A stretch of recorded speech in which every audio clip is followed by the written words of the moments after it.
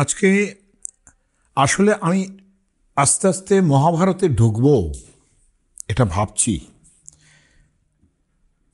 এখন সেই জায়গায় দাঁড়িয়ে আমার কেবল মনে হচ্ছে যে ভনিতারও তো জায়গা থাকে, কিছু কিছু জিনিস আগে থেকে শুনিয়ে দেওয়ার ব্যাপার থাকে। ওই শ্রোতাদের দৃষ্টি আকর্ষণ করার জন্যই হোক, তাদের মন পাওয়ার জন্যই হোক, যা বলার বলুন। মহাভারত একটা বিশাল ব্যাপার, সেখানে ঢুকতে গেলে তার একটা প্রস্তুতি লাগে। যেমন কৃষ্ণের রাষ্ট্রে যে রিপাবলিক ছিল সেটা একটু বলবার চেষ্টা করেছিলাম, যদিও খুব ডিটেলস নয়, একটা কোয়েশ্চেন অ্যান্সারে বলবার চেষ্টা করেছি। কিন্তু সেটা প্রমাণ করা যায় এবং তাতে অনেকে প্রশ্নও করেছেন যে এরকমভাবে আপনি কি হিস্টোরিক্যালি প্রমাণ করতে পারেন। দেখুন, হিস্টোরিক্যাল রেকর্ডে এটা আর্কিওলজি দিয়ে প্রমাণ করার বিষয় নয়।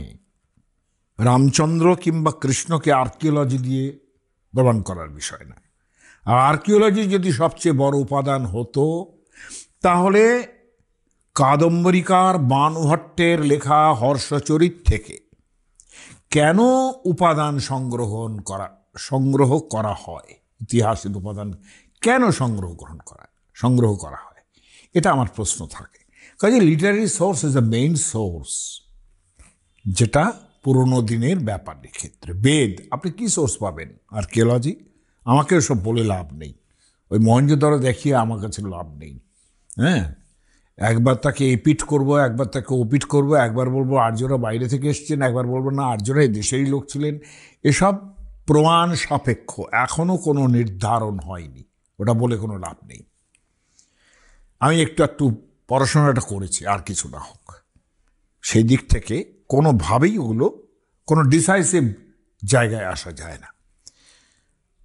ফলত আমি মহাভারতে যে ঢুকছি, আমি সবসময় চেষ্টা করি যে মহাভারতকে হিস্টোরিক্যালি বলবার জন্যে। বিশেষত মহাভারতের যে শান্তি পর্ব, সেখানে রাজনীতির ব্যাপার এত বেশি আছে। তাছাড়া অন্যান্য সম্পূর্ণ জায়গাটাই একেবারে মহাভারতের প্রথম থেকে আরম্ভ করে শেষ পর্যন্ত একটা তৎকালীন রাজনীতির যে রিফ্লেকশন, সেটা আজও রেলিভেন্ট। আমি সেই জায়গাটুকু আজকে একটু বলবার চেষ্টা করব, অ্যাবাউট দ্য ডিপ্লোম্যাসি, অর্থাৎ রাষ্ট্রনৈতিকভাবে যে ডিপ্লোম্যাসি, কূটনৈতিক ব্যবস্থা, তার সম্বন্ধে সামান্য কিছু বলবার চেষ্টা করব। বিশেষত এই কারণে আজকের দিনে এটা করছি যে আমরা কিন্তু এখানে ভারতবর্ষে বসে টের পাচ্ছি না বটে, কিন্তু অর্থনৈতিকভাবে এখনই টের পেতে আরম্ভ করেছেন এবং পরে টের পাবেন আরও বেশি। সেটা হচ্ছে এই যে সাম্প্রতিক রাশিয়া ইউক্রেন যুদ্ধ, ইসরায়েল, ইরান এবং অনেকগুলি ফ্রন্ট, যেখানে ইসরায়েল একা যুদ্ধ করতে করতে শেষ পর্যন্ত একটা সিজ ফায়ারের জন্য ফোর্স করতে হয়েছে নিজেকে, এত পাওয়ারফুল, পেছনে আমেরিকা রয়েছে। কিন্তু এইসব জায়গাগুলোর ডিপ্লোম্যাসিগুলো আমি বলতেই চাই না, কিন্তু রেলিভেন্স মহাভারতের যে এখনো আছে, আমি সেটা বোঝাতে চাইছি। দেখুন, মহাভারতে যখন যুদ্ধ আরম্ভ হবে, বিশ্বপর্ব, সেখানে ব্যাস এসছেন, এসে ভীষ্মের সঙ্গে আর ধৃতরাষ্ট্রের সঙ্গে কথা বলছেন। কেন? ধৃতরাষ্ট্র তার পুত্র বটে, তার ঔরস পুত্র। পাণ্ডব তো আপনারা সে কাহিনী জানেন যে ধৃতরাষ্ট্র ব্যাসের মানে ক্ষেত্রজ পুত্র আর কি। অম্বিকা এবং অম্বালিকার গর্ভে যে পুত্র তিনি উৎপাদন করেছিলেন এই কুরুবংশের মধ্যে, তার মধ্যে অম্বিকার গর্ভজাত হচ্ছে আমাদের ধৃতরাষ্ট্র। এবং তিনি কিভাবে চলছেন আমরা এতদিন সব জানি, যে পুত্রের উপর তার অসম্ভব স্নেহ, এবং সেই কারণে যত গোলমাল আরম্ভ হয়ে একটা যুদ্ধের দিকে যাচ্ছে। এই সময়ে ব্যাস এসছেন, যেটা মহাভারতের ভীষ্ম পর্ব। এবং ভীষ্ম পর্বে জম্মুখণ্ড নির্মাণ বলে একটা ব্যাপার আছে, সেখানে সমস্ত পৃথিবীর কথাবার্তা বলছেন, স্বয়ং ভীষ্মই বলবেন সেটা। কিন্তু তার আরম্ভে যুদ্ধ যখন লাগতে যাচ্ছে, তখন ব্যাস এসে ধৃতরাষ্ট্রকে বলছেন যে আমি সমস্ত দুর্নিমিত্ত দেখতে পাচ্ছি। হ্যাঁ, হয়তো এইগুলো এখনকার দিনে আমরা মানব না, হয়তো বা মানব না। কেন কি? ওই দুর্লক্ষণ, আকাশে উল্কা দেখা যাচ্ছে, অমুখে, এটা অনেক সময় মহাকাব্যের অভিসন্ধি অনুসারে বর্ণনা করা হয়। যেমন সুলক্ষণ হিসেবে ববৌ বায়ু সুখস্পর্শ, একেবারে এত সুন্দর মৃদুমন্দ হাওয়া বইছে, শান্তানুকূল পবনশ্চ শিবশ্চ পন্থা, এই যে পথের মধ্যে অনুকূল পবন, যেদিকে যাচ্ছি হাওয়াটা তার পেছন দিকে আসছে, এই যে ব্যাপারগুলো, এগুলো শুভ লক্ষণের মধ্যে যেমন থাকে, আবার অশুভ লক্ষণের মধ্যে এই শিয়াল ডাকছে, অমুক হচ্ছে তমুক হচ্ছে, কাক ডাকছে, নানান রকম দুর্নিমিত্তের কথা বলা হয়। আমি মহাসাব্বিক অভিসন্ধির কথা সেগুলোর মধ্যে আমি যাচ্ছি না, কারণ সেইটাই প্রথমে বলছেন ধৃতরাষ্ট্রকে, ব্যাস, যে আমি ভীষণ দুর্লক্ষণ দেখতে পাচ্ছি। ইহা কীর্তিং, এসব করার পরে তিনি বলছেন যে এই যুদ্ধটার মধ্যে যেও না তুমি। বহু চেষ্টা করলেন, এইসব দুর্লক্ষণ দেখিয়েও চেষ্টা করলেন। ইহা কীর্তিং পরে লোকে, তুমি পরবর্তীকালে যে স্বর্গলোক, সেখানেও তুমি সুখ পাবে, এখানেও সুখ পাবে। দীর্ঘকালং মহাসুখম প্রাপসন্তি পুরুষব্যাঘ্রা, আমি জানি যারা সৈন্য সামন্ত, যারা যুদ্ধ করে মরবে ক্ষত্রিয়ের ধর্ম অনুসারে, তারা সম্মুখ যুদ্ধে প্রাণ দিয়ে স্বর্গে যাবে, একথা সমস্ত শাস্ত্রে বলে। ইনফ্যাক্ট ক্ষত্রিয় সোলজারদের যুদ্ধে প্রবৃত্ত করার জন্যেই এই স্বর্গবাণী শোনানো হয় বলে কৌটিল্যের অর্থশাস্ত্রে বলা আছে।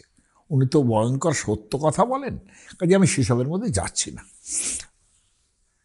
ব্যাসের কথা শুনে ধৃতরাষ্ট্র কি বলছেন,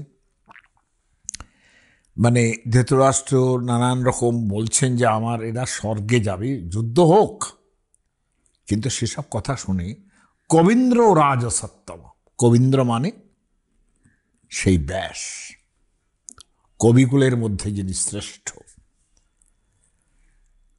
ধৃতরাষ্ট্রেণ পুত্রেণ ধ্যানমন্নগমৎপরম সমুহূর্তম তথা ধ্যাত্তা পুনরেবাব্রবীত বচ। তিনি খানিকক্ষণ ভেবে নিয়েই ধৃতরাষ্ট্রকে বললেন যে দেখো, আমার মনে হচ্ছে কালই সবচেয়ে বড় ব্যাপার।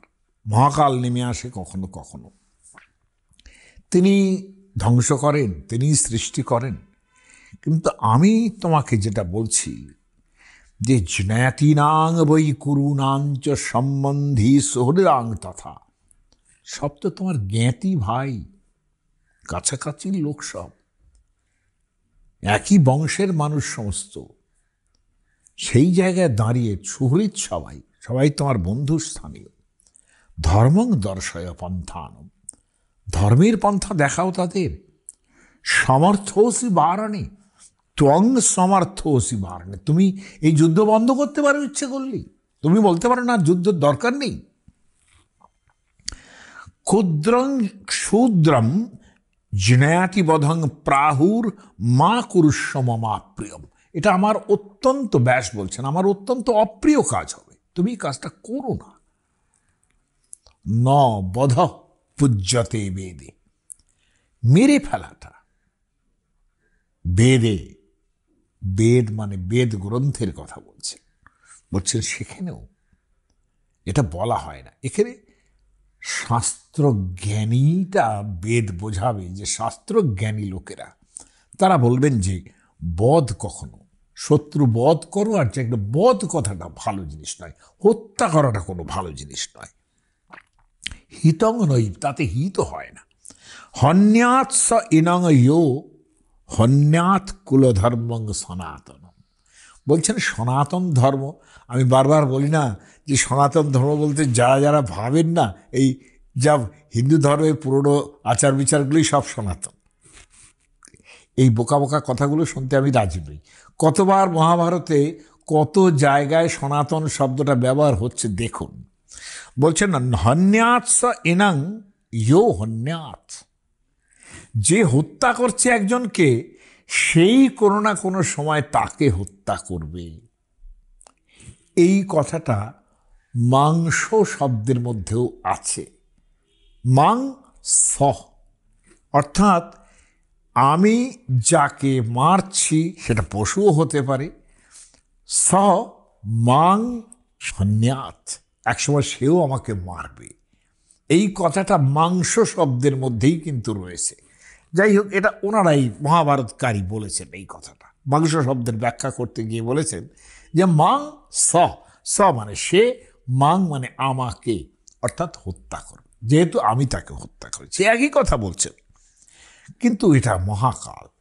আমি জানি তোমার কাছে এই রাজ্যটা, যেটা অর্থ, অর্থ মানে কৌটিল্যের অর্থশাস্ত্র ব্যাখ্যা করেছেন মনুষ্যবতী ভূমি, অর্থাৎ a geographical place or territory with population.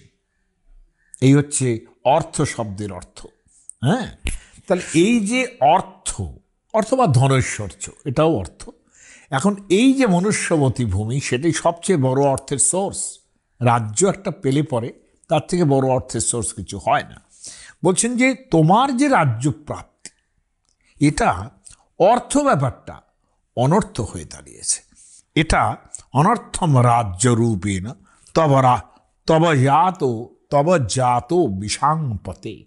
বিষাংপতি, বিষ শব্দটা ব্যবহার করা হতো not in the sense of বৈশ্য, অর্থাৎ প্রচুর জনগণের যে ক্ল্যানগুলো ছিল একদম বেদে না বলে, তাদের বলা হতো বিষ।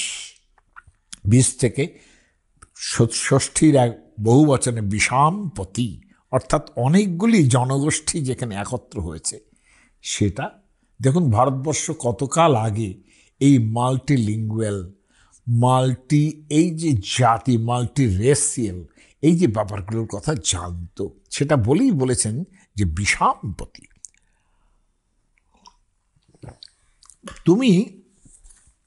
তোমার এই ব্যাপারটা ঠিক হচ্ছে না। লুপ্ত ধর্ম পরে নাসি ধর্মং দর্শয় বৈশুতান। তুমি অন্য লোকে তোমাকে ধর্ম থেকে চ্যুত করছে, তুমি আমার ছেলে, ধর্মং দর্শয় বৈশুতান, তুমি নিজের ছেলেদের ধর্মের পথ দেখাও। কিন্তু এই রাজ্যের দুর্ধর্ষ যেন প্রাপ্ত কিল্লিশম, কি এই রাজ্য দিয়ে তোমার কি হবে, যেখানে এত পাপ তোমার ঘাড়ের মাথার উপরে এসে ছুটছে। যশো কীর্তিঞ্চ পালয়ন, তুমি যশ পালন করো, ধর্ম পালন করো, কীর্তির পথ দেখো, তাতে তো স্বর্গলাভ, ইহজগতেই স্বর্গলাভ হয় তাতে। লভন্তাম পাণ্ডবা রাজ্যম, পাণ্ডবদের কিছু রাজ্য দাও। সমঙ্গচ্ছন্তু কৌরবা, এবং কৌরবরা সম, অর্থাৎ শান্তির পথে যাক। কিন্তু কি ধৃতরাষ্ট্র কি করছেন? এবং বদতি বিপ্রেন্দ্রে, ব্রাহ্মণ, ঋষি, ব্যাস তার পিতা বলা সত্ত্বেও ধৃতরাষ্ট্র অম্বিকাসুত, অম্বিকার ছেলে, ব্যাসের ছেলে বলছেন না। হ্যাঁ, কবিতার মধ্যেও কিন্তু একটা টুইস্ট আছে। আক্ষিপ্য বাক্যং বাক্যজ্ঞ বাক্যঞ্চৈবাব্রবৃৎপুরা, কি অ্যালিটারেশন করেছে দেখুন। আক্ষিপ্য বাক্যম, ব্যাসের কথা থামিয়ে দিয়ে, বাক্যজ্ঞ, যিনি কথা বলা ভালোই জানেন, ধৃতরাষ্ট্র। বাক্যঞ্চৈবাব্রবৃৎ পুনঃ, তিনি কথা বলতে আরম্ভ করলেন। ধৃতরাষ্ট্র কি বললেন? যথা ভবান বেত্তি তথৈব বেত্তা। আপনি যেমন এসব ধর্ম অর্থের ব্যাপারে কথা বলছেন, আপনি যেমন জানেন এসব, আমিও কিছু কিছু জানি। কি মিজাজ! ভাবা যায় ধৃতরাষ্ট্র পুত্র স্নেহে কতটা অন্ধ হয়েছেন যে ব্যাসের মতো একজনকে তিনি বলছেন, এবং তিনি তার পিতা।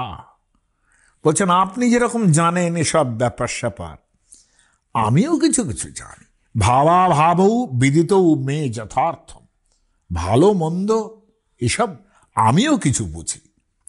বিশেষ করে স্বার্থে হি সঙ্গমই হাতে তাত লোকে তাত, পিতার আদরের সম্বোধন। দেখো, স্বার্থ তো সবাই নিজের স্বার্থটা দেখবে। মাঞ্চাপি লোকাত্মকমেব বৃদ্ধি, আমাকেও তুমি এই একটা মানুষ হিসেবে বিচার করো। আমিও তো মানুষ, আমারও তো ক্রোধ রাগ সব ভাবনা আছে, বোঝাতে চাইছেন আমাকে রাজ্য দেওয়া হয়নি, আমি অন্ধ বলে, ইত্যাদি ইত্যাদি বোঝাতে চাইছেন যে আমি আর বা কত সইব। তার মানে ধৃতরাষ্ট্রের যে রাজ্য প্রাপ্তির আশা আকাঙ্ক্ষা, সেগুলোই দুর্যোধনের মধ্যে ঢুকেছে। তার যে ঈর্ষা পাণ্ডবদের কোনো ভালো হওয়া নিয়ে, এগুলোই দুর্যোধনের মধ্যে ঢুকেছে। না হলে এই কথাগুলো তিনি বলতে পারেন না। প্রসাদ হয়ে ত্বামতুল প্রভাব, আমি তোমাকে প্রসন্ন করে বলছি, ত্বংনো গতির দর্শয়িতাচভি ধীর। হ্যাঁ, আপনি আমাদের পরম গতি, আপনি আমাদের পথ দেখাতে পারেন। নচাপিতে মদ বসগা মহর্ষে। কিন্তু এটাও আপনাকে বলে রাখি, এতদিনে কিন্তু আমার ছেলেরা আমার কথার বাইরে চলে গেছে, সব কথা আমার শোনে না। আপনি বলছেন তো আপনি বারণ করতে পারো, তুমি বারণ করো, আমার সব কথা তারা শুনবে না। তারা বড় হয়ে গেছে, তারা নিজেরা অনেক বেশি বোঝে। আমি কি বলবো এই জায়গাতে, যে ধৃতরাষ্ট্র নিজে তার বাবাকে বলছেন যথা ভবান ব্যক্তি তথাই বা বেত্তা, আপনি যতখানি এসব বলছেন যেন আমিও কিছু বুঝি, তো তার ছেলে কত দূর হবে, যিনি নিজে এইরকমভাবে ডিসরেসপেক্ট করছেন, আক্ষিপ্য বাক্যম, তার কথার মাঝখানে কথা বলছেন। সেখানে এই কথাটা তো এক্সপেক্টেড যে আপনি যতই আমাদের পথ দেখানোর মানুষ হতে পারেননি, কিন্তু নচাপিতে মদ বসগা মহর্ষে নচা ধর্মং কর তোমার হামতির মেয়ে। এবং তারা আমার বশে নেই, তারা আমার সব কথা শোনে না, কিন্তু তারা যে অধর্ম করছে তাও তো বলতে পারি না। ভাবুন ধৃতরাষ্ট্র কি বলছেন, ত্বং হি ধর্ম প্রবৃত্তিশ্চ যশ কীর্তিশ্চ ভারতী। আপনি যেসব কথা বলছেন আমি বুঝি, সেখানে ধর্মের প্রবৃত্তি আছে, সেখানে যশ আছে, কীর্তি আছে। হ্যাঁ, মেনে নিচ্ছি, আপনি সেইরকম ধরনেরই কথা বলেছেন। কিন্তু এটাও মানুন, করুণাং পাণ্ডবানাঞ্চ মান্যশ্চাপি পিতামহ। আপনি বায়াস হবেন না, আপনি কুরুদের এবং পাণ্ডবদের দুজনেরই তো পিতামহ। রবীন্দ্রনাথ এই কথাটা ব্যবহার করেছেন, কৌরবের পাণ্ডবের এক পিতামহ। গান্ধারীর আবেদন ব্যবহার করেছেন দুর্যোধনের মুখে। খেয়াল করে দেখুন কোথা থেকে কোথায় এসেছে। হ্যাঁ, করুণাং পাণ্ডবানাঞ্চ মান্যশ্চাপি পিতামহ। Don't get biased. তুমি কুরুদেরও পিতামহ, তুমি পাণ্ডবদেরও পিতামহ। তো ওদের স্বার্থটার কথা আপনি ভাবছেন, আমাদের স্বার্থের কথা ভাবছেন না। ব্যাস বলছেন বৈচিত্র্য বীর্য, বিচিত্র বীর্যের ছেলে, নিজের ছেলে বলছেন না। এগুলো মহাভারতে দেখার মতো জিনিস, কারণ তিনি তো বিচিত্র বীর্যের ছেলে বলেই পরিচিত, তাই না? বৈচিত্র্য বীর্য নৃপতে, তুমি রাজা, তুমি বিচিত্র বীর্যের ছেলে। যত্তে মনসি বর্ততে অভিধৎস যথা কামং ছেত্তাস্মি তব সংশয়। তুমি যা কিছুই বলো, তৎসত্ত্বেও তোমার সংশয়ের জায়গাটা আমি পরিষ্কার করে বলবই। আমি বলছি, বলছেন তিনি, ইয়ানি লিঙ্গানি সংগ্রামে ভবন্তি বিজয়ী শতাম। একটা বিজয় লাভ করবার যা যা চিহ্ন থাকে, ধৃতরাষ্ট্র বলছেন সেটা, মানে ব্যাসের কথা শুনে। যা আচ্ছা বলুন আপনি তাহলে, যে যে লক্ষণ থাকে জেতার মধ্যে, যুদ্ধ জয়ের, আপনি সেসব লক্ষণ বলুন। ব্যাস প্রথমে সেই সব দুর্নিমিত্তটিত্ব বললেন, তারপরে শেষ জায়গায় এসে বলছেন যে দেখো তুমি 11 অক্ষয়হীনী সোনা জোগাড় করেছ, প্রতিপক্ষে 7-8 অক্ষৌহিনী সোনা মাত্র আছে, অর্থাৎ তোমার পাণ্ডবদের, তোমার 11। হ্যাঁ, তাহলে এই 11 সংখ্যা হিসেবে অনেক বেশি। কিন্তু একটা কথা বলি তোমাকে, নৈব শক্যা সমাধাতুম সন্নিপাতে মহাচম। খুব বিরাট যখন যুদ্ধ লাগে, তখন বিশাল সেনা থাকলে তাদের সামলানো কিন্তু বেশ কঠিন। তারা যদি একবার ভেঙে যায়, ব্যূহ ভেঙে যায়, তাহলে দীর্ণ ইত্যেব দীর্যন্তে সুবিদ্যাংশোপি ভারত, তারা যুদ্ধে যত কুশলী হোক, একবার যদি এই একাদশ অক্ষৌহিনী সেনার ভাঙবার মতো জায়গা হয়, সে কিন্তু যেভাবে মানে ছড়িয়ে যায়, তাদের আবার একত্র সংগ্রহ করে যুদ্ধ করানোটা খুব কঠিন ব্যাপার হয় যদি সেনা সৈন্যবাহিনী বেশি থাকে, লোক বেশি থাকে।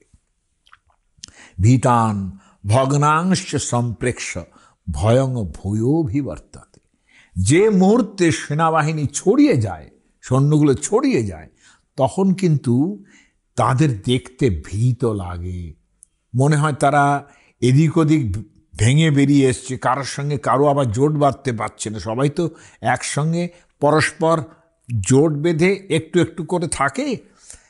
প্রভগ্না সহসা রাজন দিশো বিদ্রবতী চমু, অনেক যদি, চমু মানে সেনাবাহিনী, হ্যাঁ, এখন অনেক যদি সৈন্য সামন্ত থাকে, তাদের পরস্পরের বোঝাপড়ায় যে এক একটা গ্রুপ করে যুদ্ধ করে, একবার সেটা যদি ভেঙে যায়, তাহলে বড় যুদ্ধ সামলানো একটা সমস্যা তৈরি হয়ে যায়। সৎকৃত্য মহতিং সেনাম চতুরঙ্গং মহীপতি, সেনা তো তোমার এক প্রকারের নয়, রথ, অশ্ব, পদাতিক এবং হস্তি, এই যে সব বাহিনী, এই চতুরঙ্গ, খেয়াল করে দেখুন, চতুরঙ্গ, এই চতুরঙ্গ থেকেই একটু অপভ্রষ্ট করলে হবে শতুরঙ্গ, শতুরঙ্গ থেকে শতরঞ্জ, অর্থাৎ কিনা সেই পাশা খেলা। ওই যে ওই যে শকুনি দূতসভায় পাশা খেলেছিলেন, সেই শব্দটা উল্লেখ করছেন, কারণ সেনা, দেখুন দাবা খেলাতে কীরকম, দাবা পাশাতে যেসব জিনিসগুলো ব্যবহার হয়, বিশেষ করে দাবাতে দেখুন হাতি আছে, ঘোড়া আছে এবং নৌকা আছে, হ্যাঁ, এবং পদাতিক বোড়েগুলো আছে। এই যে জিনিসগুলো, মন্ত্রী রাজার কথা ছেড়ে দিন, তারা তো মাত করার জন্য বসে আছে, হ্যাঁ, কিন্তু যাদের দিয়ে যুদ্ধ হবে, এই যে একটা একটা করে এগোনো, এই কোনটা কাকে খাচ্ছে, প্রচুর পরিমাণ বোড়ে সামনে এসে থাকলে বোড়ে দিয়ে পর্যন্ত, হ্যাঁ, মানে মানে মন্ত্রী গিলে ফেলা যায় প্রায়, এইরকম আর কি, কিংবা বোড়ে দিয়ে পর্যন্ত ঘোড়া এগুলো টপকানো যায়। কাজেই এই যে জায়গাটা একদম দাবা খেলার মতো, ফলে শতরঞ্জ, শতুরঙ্গ শতরঞ্জ, সেই রকম বলছেন। কিন্তু কি করা উচিত? উপায় পূর্বং মেধাবী যতীত সততোত্থিত, উপায়, উপায়ের মাধ্যমে, এই উপায় কথাটা পারিভাষিক শব্দ, পারিভাষিক শব্দ। উপায় মানে কৌশল বলতে পারি, উপায় মানে দ্য ওয়ে আউট বলতে পারি, হ্যাঁ, সেই উপায়ের মাধ্যমেই কিন্তু যিনি সর্বদা উৎসাহিত একজন নৃপতি রাজা, তিনি কিন্তু উপায়ের মাধ্যমেই এই সমস্ত কিছু সমাধান করতে হয়, পারেন, যুদ্ধ পর্যন্ত যেতে হয় না তাদের। ব্যাস বলছেন উপায় বিজয়ং শ্রেষ্ঠম, এই উপায়কেই আমরা ডিপ্লোমেসি বলছি। উপায় বিজয়ং শ্রেষ্ঠম, উপায় বিজয় হচ্ছে সর্বশ্রেষ্ঠ। অর্থাৎ তুমি যদি বিভিন্ন উপায়ে, কৌশলের মাধ্যমে এই রাজাকে জয় করতে পারো, আর একজন রাজাকে জয় করতে পারো, আর একটা সৈন্যকে জয় করতে পারো, এটা যদি উপায়ের মাধ্যমে পারো, তাহলে সেটা হচ্ছে শ্রেষ্ঠ। থ্রু ডিপ্লোম্যাসি যদি তুমি কোনো উইন করো, সেটা হচ্ছে শ্রেষ্ঠ। জঘন্য এসব বিজয় ইয়ো যুদ্ধেন বিষাংপতে, আবার বিষাংপতে, হ্যাঁ, জঘন্য এসব বিজয়। দেখুন জঘন্য শব্দটা আমরা ব্যবহার করি না, জঘন্য শব্দটা একটু ঘৃণার্থে ব্যবহার করি। স্তন, জঘন্য ইত্যাদি যে শব্দগুলো আছে, সেখানে জঘন্য শব্দটা the lower part of the বডিকে বোঝায়। জঘন্য থেকেই জঘন্য, এ কথাটা একটু মাথায় রাখুন। আমরা জঘন্য শব্দটা বলে ফেলি, কিন্তু তার মানে কিন্তু জানি না। জঘন্য মানে lower part of the body, হ্যাঁ, একদম লোয়ার পার্ট মানে beginning from West to the leg, এই হচ্ছে জঘন্য। তাহলে জঘন্য এসব বিজয় ইয়ো যুদ্ধেন বিষাংপতে, জঘনের মাধ্যমে অর্থাৎ জঘন্য যে বিজয়, যে win, the worst win is that, যা যুদ্ধ করে পাওয়া যায়। দেখুন সেই কালে এই লোকটা কি কথা বলছে, হ্যাঁ, ব্যাস কি কথা বলছেন। Through diplomacy, go through diplomacy, not war. কেন? মহান দোষ, এই যে সন্নিপাত, বিশাল সৈন্য সামন্তে এক জায়গায় জুটেছে, সেটাই আমি একটা ক্ষয় বলে মনে করি। কারণ এত সৈন্য যুদ্ধের সময় ক্ষয় হয়ে যাবে, এত লস হয়ে যাবে, এটা ঠিক নয়। বলছে কিছু কিছু জায়গা আছে পরস্পরজনা সংহৃষ্টা ববধূতা সুনিশ্চিতা, যারা একে অপরকে খুব ভালোভাবে জানে, একের সঙ্গে আরেকজনের খুব জানাশোনা আছে, সৈন্য সামন্তের মধ্যে কিংবা সেনাপতিদের মধ্যে কিংবা সেনা নায়কদের মধ্যে তাদের একজনের সঙ্গে আরেকজনের প্রচণ্ড আন্ডারস্ট্যান্ডিং আছে। এরকম যদি হয়, সংহৃষ্টা, বেশ উৎসাহ সম্পন্ন, সবসময় মজাতে আছে, যুদ্ধটা করব, হ্যাঁ, আনন্দ করে করব, এরকম যদি হয়। ববধূতা, স্ত্রী পুত্র কলত্র ইত্যাদি যে জায়গা, পরিবার, এ ব্যাপারে একেবারে নিরাসক্ত, ঠিক আছে, ওটা ওর মতো আছে, আমি যুদ্ধ করব, এইরকম নিশ্চয় সম্পন্ন যে লোক, এটা যদি অপি 50 সুর, এরকম যদি 50টা ভয়ঙ্কর রকমের সুর মানে বীর থাকেন, তাহলে মৃদনন্তি মহতিং চমুম, বিরাট সেনাবাহিনীকে সে ধূলিসাৎ করে দিতে পারে। 50টা যদি থাকে, এরকম কি দূরদৃষ্টি লোকটার। অপি বা 50 সপ্ত অথবা 5, 6, 7টা লোক যদি থাকে, মাইন্ড ইউ, পঞ্চ বলতে আমার মনে হয় পঞ্চ পাণ্ডবদের কথা ভাবছেন। যদি বা নকুল সহদেব সেখানে নাও থাকে, কৃষ্ণ এবং পঞ্চাল দ্রুপদ সেখানে আছেন, এটা ভাবার দরকার। পঞ্চ, ষট, সপ্ত, অর্থাৎ 5, 6, 7 জন মিলে তারা যদি কোনোভাবে সেই রকম মানুষ হন যারা পরস্পরকে ভালোভাবে চেনেন, সেই রকম যুদ্ধবাজ মানুষ যারা পেছনে ফিরতে জানেন না,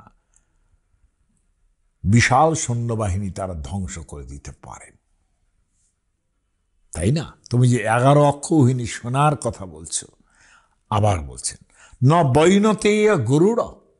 আপনাদের একটা কথা বলি, যে অর্থশাস্ত্রে, কৌটিল্যের অর্থশাস্ত্রে তিনি পূর্বাচার্যদের নাম করেছেন অনেকগুলি।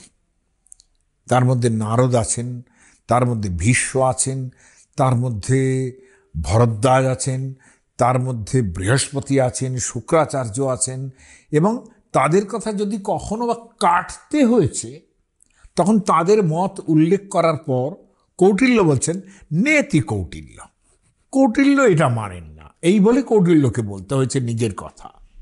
কিন্তু অনেক জায়গায় পছন্দ হয়েছে যখন, তখন নিজে কোনো কথা না বলে ইতি ভরদ্বাজ, ইতি পিষুণ, ইতি কৌণপদন্ত, এরম বলে নামগুলো উচ্চারণ করেছে, আচার্যদের নামগুলো উল্লেখ করেছে।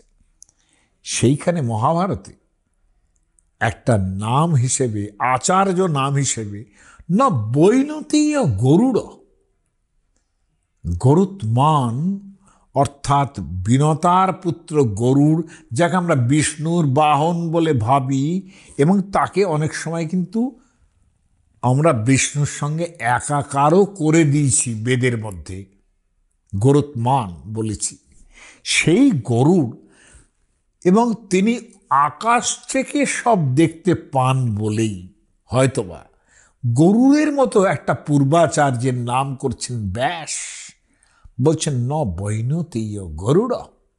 এতেই আমার মনে হয় যে গরুড় বাহন যে বলা হয় না, এই বাহনটি একটা পাখি এরকম হবে না, তার একটা এরিয়াল ভিউ থাকতো।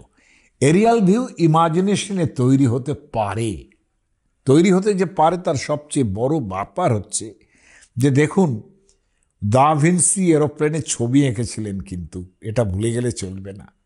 লক্ষণীয় কালিদাস ত্রয়োদশ সর্গের রঘুবংশে যখন রামচন্দ্র সীতাকে নিয়ে ফিরছেন, তখন ভিভিড বর্ণনা নিচের দিয়েছেন। এই কোথা থেকে মানে সাগর অতিক্রম করে আস্তে আস্তে যে তিনি যাচ্ছেন, সেগুলো একটা ভিভিড বর্ণনা দিয়েছেন। সে বর্ণনা আকাশে না উঠেও কি করে দিয়েছেন, তার মানে কবিরা ইমাজিনেটিভ ওয়েতে দেখতে পান। হয়তোবা গরুর সেই রকম একজন আচার্য যিনি ওপর থেকে দেখার মেজাজটা আনতে পারেন তার ভাবনার মধ্যে, তিনি বলছেন যে ন বৈনতে গরুড় প্রশংসন্তি মহাজন। বৈনতে গরুর মহাজন পছন্দ করেন না যুদ্ধের সময়, যে অনেক যুদ্ধ করছে, বহু লোক যুদ্ধ করছে। মহাজন ভেবে দেখুন আপনারা, মহাজন মানে আপনারা জানেন মহাজনের পদাবলী আছে। ভাবেন যে মহৎ মানুষ মাত্রই মহাজন, কিন্তু মহাজন শব্দের আর একটা অর্থ আমাদের বর্ধমান ইউনিভার্সিটিতে প্রতাপবাবু বলে একজন ছিলেন, তিনি এই মহাজনের উপরে কাজ করেছেন। বর্ধমান ইউনিভার্সিটিতে সংস্কৃতের লোক ছিলেন, আমার গুরুস্থানীয়। তিনি মহাজনের উপরে কাজ করেছিলেন এবং দেখিয়েছিলেন যে মহাজন বলতে শুধুমাত্র মহৎ মানুষ, বড় মানুষ, এটাও বোঝায় না। আমি খুব তার কথা বলছি, আমি নিজের কথা একটু বলছি সাধারণভাবে, যেটা উনি বলেছেন সেটা হল মহাজন বলতে কিন্তু বহু লোক যেখানে আছে তারাও কিন্তু মহাজন। বলে কেন মহাজন? আপনি দেখুন, একটা মাঠের মধ্যে যেখানে সমস্ত জায়গায় ঘাস আছে, একটা বহু লোক যদি ধরা যাক ওই মাঠটা চৌকোনা একটা মাঠ, কোনাকুনি ক্রস করলে পরে রেল স্টেশনটা কাছে আসবে, তাই না? কোনাকুনি যদি ক্রস করা যায়, তাহলে দেখুন কোনাকুনি যদি অনেক মানুষ পাস করতে থাকে, ঘাসের মধ্য দিয়েও একটা রাস্তা তৈরি হয়ে যাবে। এই হলো মহাজন যেন গতস্য পন্থা। একটা বিখ্যাত কথা আছে না যক্ষ প্রশ্নে, যে পথ কাকে বলে? মহাজন যে পথ দিয়ে গেছে, তার মানে যেমন মহৎ মানুষ যে পথ দিয়ে গেছে সেটা যেমন হতে পারে, তেমনি বহু লোক যে পথে যাচ্ছে সেই পথে চলতে আরম্ভ করো, এটাও একটা মানে হতে পারে। হ্যাঁ, দৃষ্টা সুপর্ণোপচিতিং মহত্যা অপি ভারত। বলছেন বৈনতীয় গরুর, তিনি বলছেন অনেক বেশি পরিমাণ সৈন্য সামন্ত নিয়েও যুদ্ধে হেরে যেতে পারে লোক, যদি সেই রকম ভয়ঙ্কর যোদ্ধাদের সামনে পড়ে, তারা কিন্তু এই সোনা ক্ষয় হয়ে যেতে পারে কিছুক্ষণের মধ্যে। ব্যাস, এবার তার লাস্ট কথা বলছেন, এবং সেটা অসামান্য কথা বলছেন, ন বাহুল্যেন সেনায়া জয় ভবতি ভারত।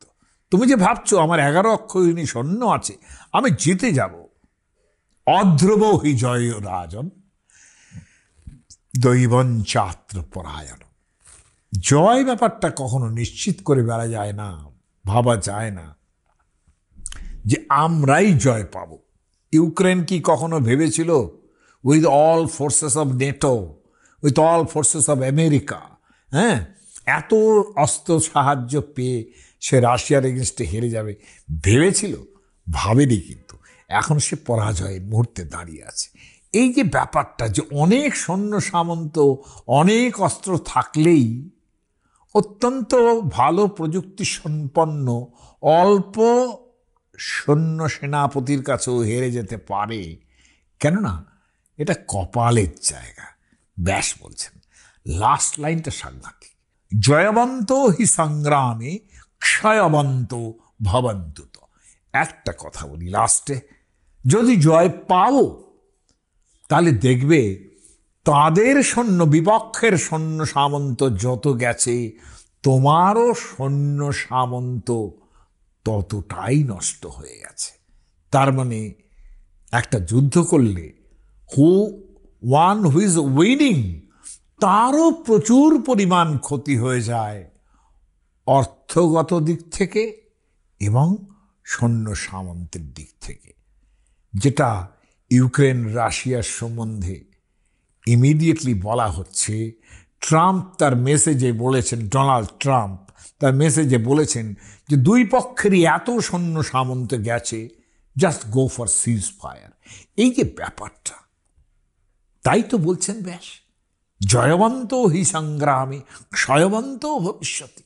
যদি বা জয়লাভ করাও যায়, তবুও অর্থনৈতিকভাবে রাশিয়ার অর্থনৈতিক অবস্থা কিন্তু ভালো নয়, খারাপের দিকে যাচ্ছে।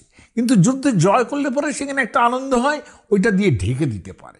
কিন্তু জয়বন্ত হি সংগ্রামে ক্ষয়বন্ত ভবিষ্যতে, যুদ্ধ যদি লাগে, সেখানে যদি জয়ও হয়, তাহলেও তার ক্ষয়ও হয়, অনেক অনেক দিক থেকে ক্ষয় হয়। যুদ্ধ কখনো ভালো জিনিস নয়।